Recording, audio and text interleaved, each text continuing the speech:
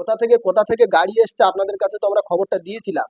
কোথা থেকে গাড়ি আসছে একটু মানুষকে দেখান, আর সেখানে গিয়ে একটু মানুষকে বলেন যে কোথাকার লোক আপনারা, কোথা থেকে এসছেন, কোন জঙ্গল থেকে এসছেন। সব তো জঙ্গলে থাকে সব, দেখলে বুঝতে পারবেন কোন জঙ্গল থেকে এসছে। আপনারা দেখালেই বুঝতে পারবে।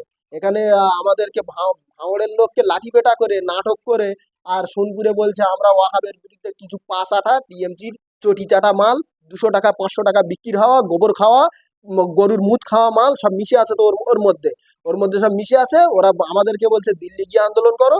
আর সেই তাদের নেতৃত্বে জনগণ ওদের জুতো পেটা করে না এখনো।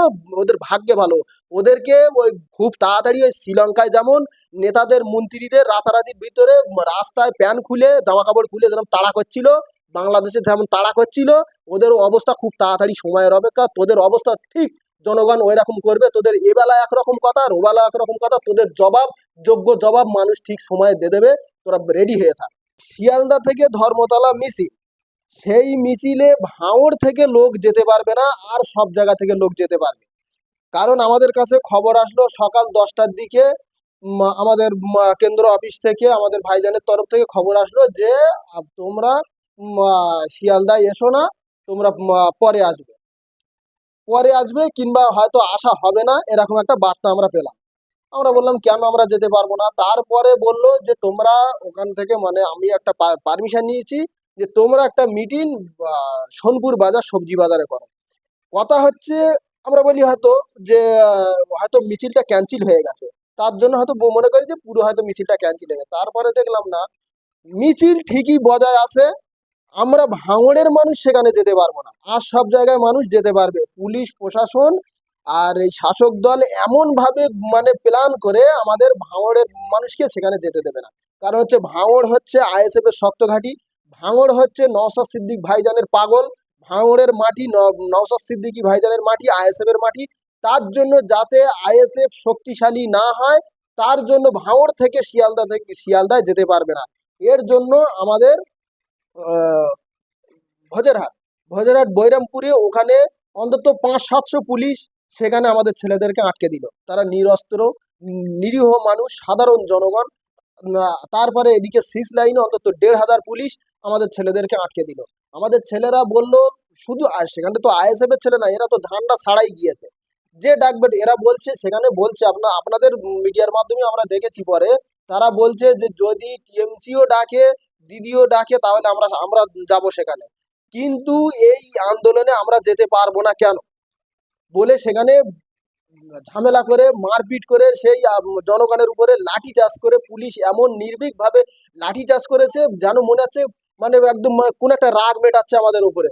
সেই নিরস্ত্র সেই পাবলিকের উপরে লাঠি চার্জ করে তাদেরকে সেখান থেকে তাড়িয়ে দিল। সেখান থেকে তার মানে মাথায় মেরে, জনগণের মাথায় মেরে মাথা কেটে কুটে দিয়ে তাদেরকে বাড়ি পাঠিয়ে দিল। এক কথা, সেখানে আমরা শিয়ালদায় যেতে দেবো না। এখানে কথা হচ্ছে যে শিয়ালদায় আইএসএফ এর লোক ভাঙড়ের মানুষ যেতে পারবে না কেন, আর সব জায়গায় মানুষ যেতে পারবে। আর যেটা বলছেন যে সোনপুরে সেদিন একটা ঝামেলা হলো, তারপরে সোনপুরে ঝামেলাটা কে করালো? এরা তো শিয়ালদায় মিছিল, শিয়ালদায় যাচ্ছে, তাহলে পুলিশ এদেরকে আটকালো কেন? এরা তো ঝামেলা করেনি, তাহলে পুলিশ এদেরকে আটকাবে কেন? পুলিশ আটকেছে বলে জনগণ একটা ক্ষিপ্ত হয়ে যায়, আমরা আমাদের যেতে দেবে না কেন, আমরা আন্দোলনে যাচ্ছি, সেখানে আমরা আন্দোলন করতে যাব, ওয়াকাবের বিরুদ্ধে আমরা আন্দোলনে যাচ্ছি, সেখানে আমাদের আটকানো হচ্ছে কেন? তাহলে পুলিশ মেন গন্ডগোলটা পাকিয়েছে। পুলিশ মেন গন্ডগোলটা পাকিয়ে জনগণের সাথে ঝগড়া করে, জনগণকে লাঠিচার্জ করে, মারপিট করে, জনগণকে আটকে দিয়ে এরা ঝগড়াটা বাজিয়ে নিয়ে বড় করে ইস্যু করে জনগণকে ক্ষিপ্ত করে ঝামেলাটা পাকিয়েছে।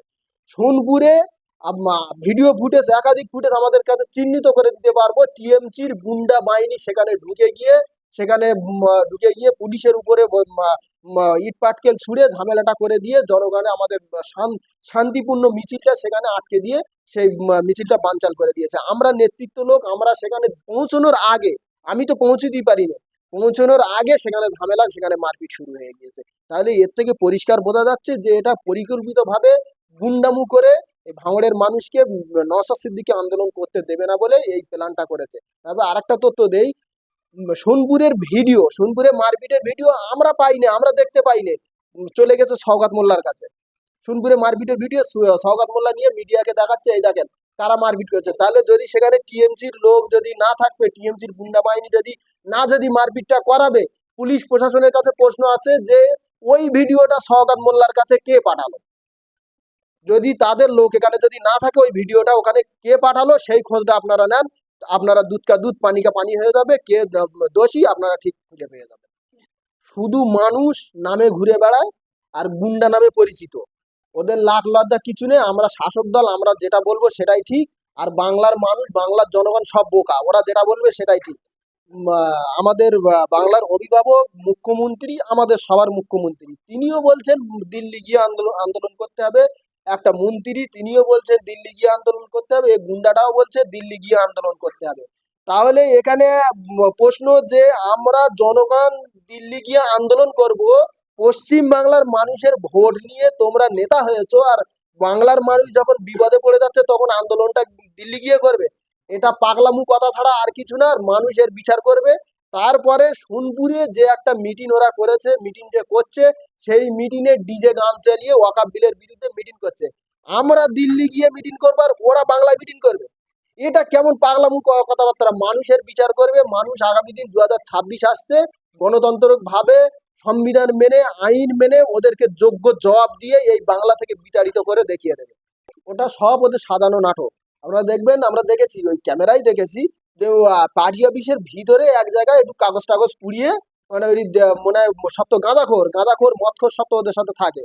ওই গাঁজা খাতে গিয়ে, মদ খাতে গিয়ে ওখানে নেশা করেছে, এক জায়গায় বসে একটু কাগজ পুড়িয়ে, কাগজ টাগজ খানিকটা এক জায়গায় করে আর পুড়িয়ে দিয়ে বলছে আইএসএফ এর পার্টি অফিস ভাঙচুর করেছে।